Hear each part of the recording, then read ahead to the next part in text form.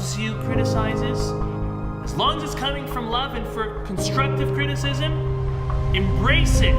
Look at it as a blessing and a message God is sending you directly.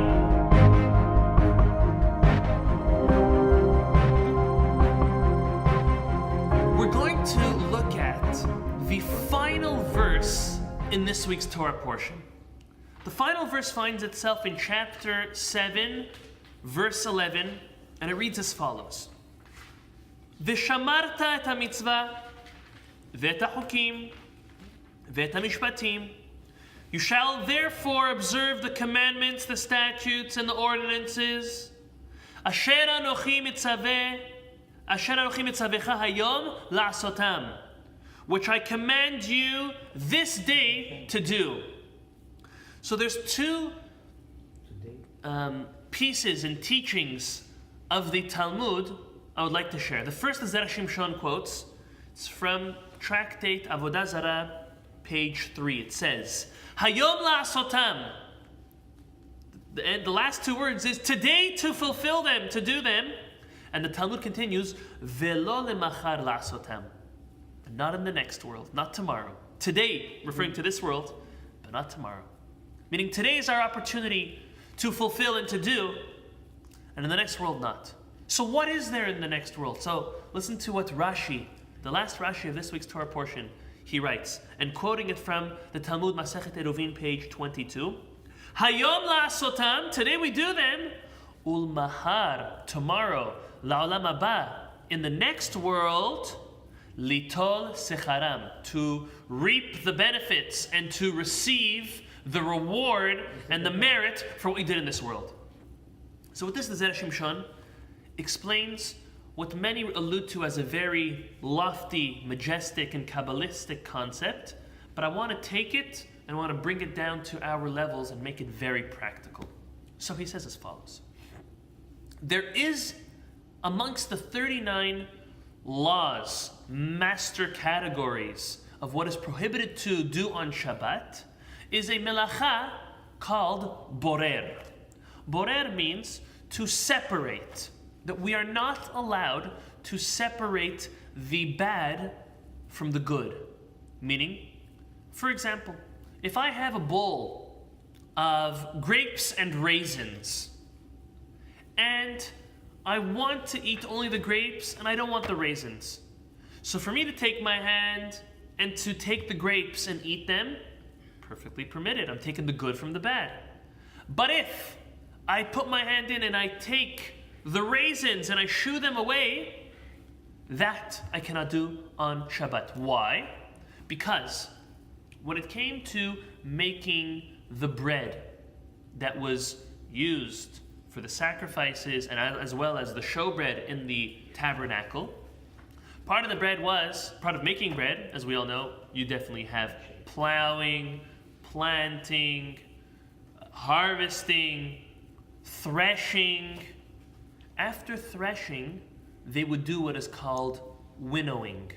Winnowing means they would take some type of a pan and they would go up to a mountain where it was a little bit windy and they'd shoot and they'd throw up after the threshing what they have left. What do they have left after threshing? Well, they have the grains, the kernels, they may have a little bit of the branches left, but there is also rocks. So when they went up and down with the winnowing, that took away all the lightweight garbage. The lightweight garbage was blown away by the wind, but what was left down was the kernels and rocks. So what was the next melacha, the next action they would do? They would take the rocks and shoo the rocks away.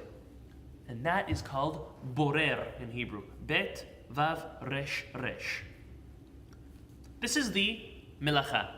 This is the prohibition to do on one of the 39 main categories on Shabbat.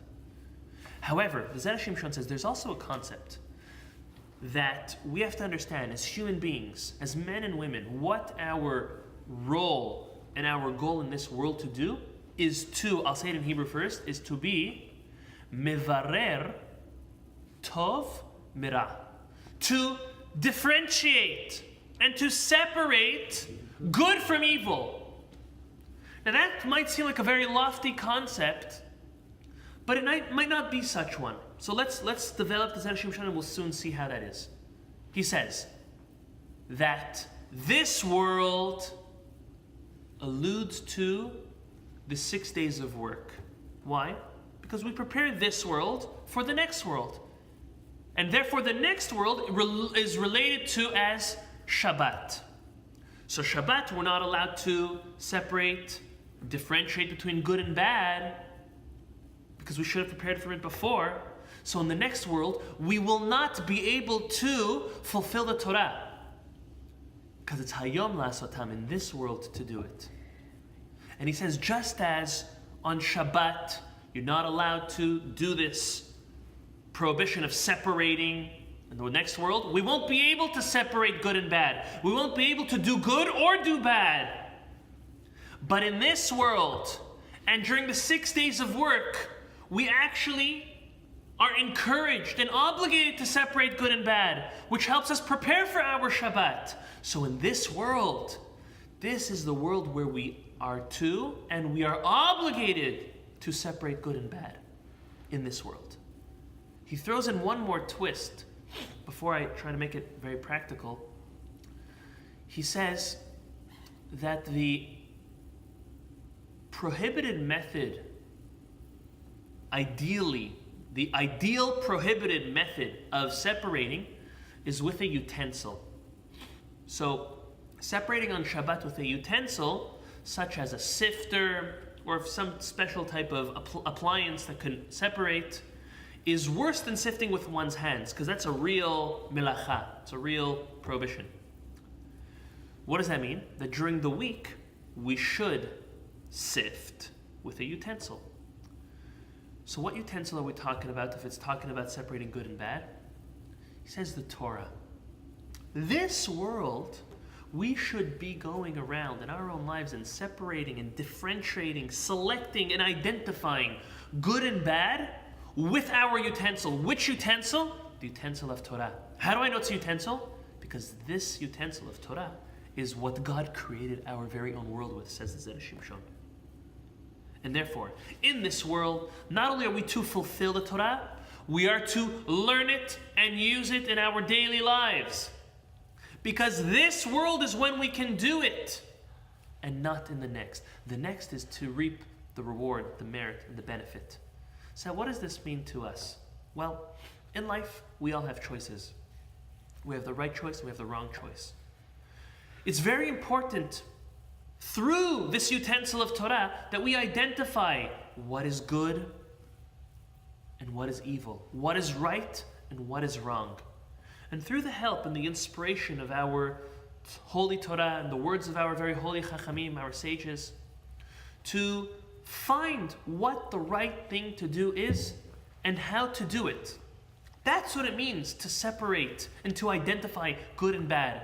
It's knowing it, learning about it, setting out a goal, focusing on it, and working in that method. And that could be with character traits and refining that. That could be with our relationships, with our friends and our family.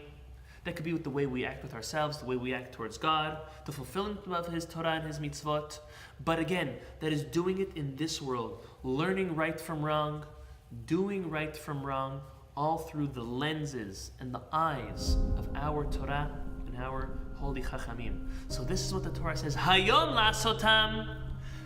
Today, when's today? The 6 days of work, our 60, 70, 80, hopefully 120 years on this world. These are the years to do them. Today, to fulfill them and to separate and to identify good from bad, so that in the next world we'll be repaid for our hard work, our efforts, and our merits. Amen.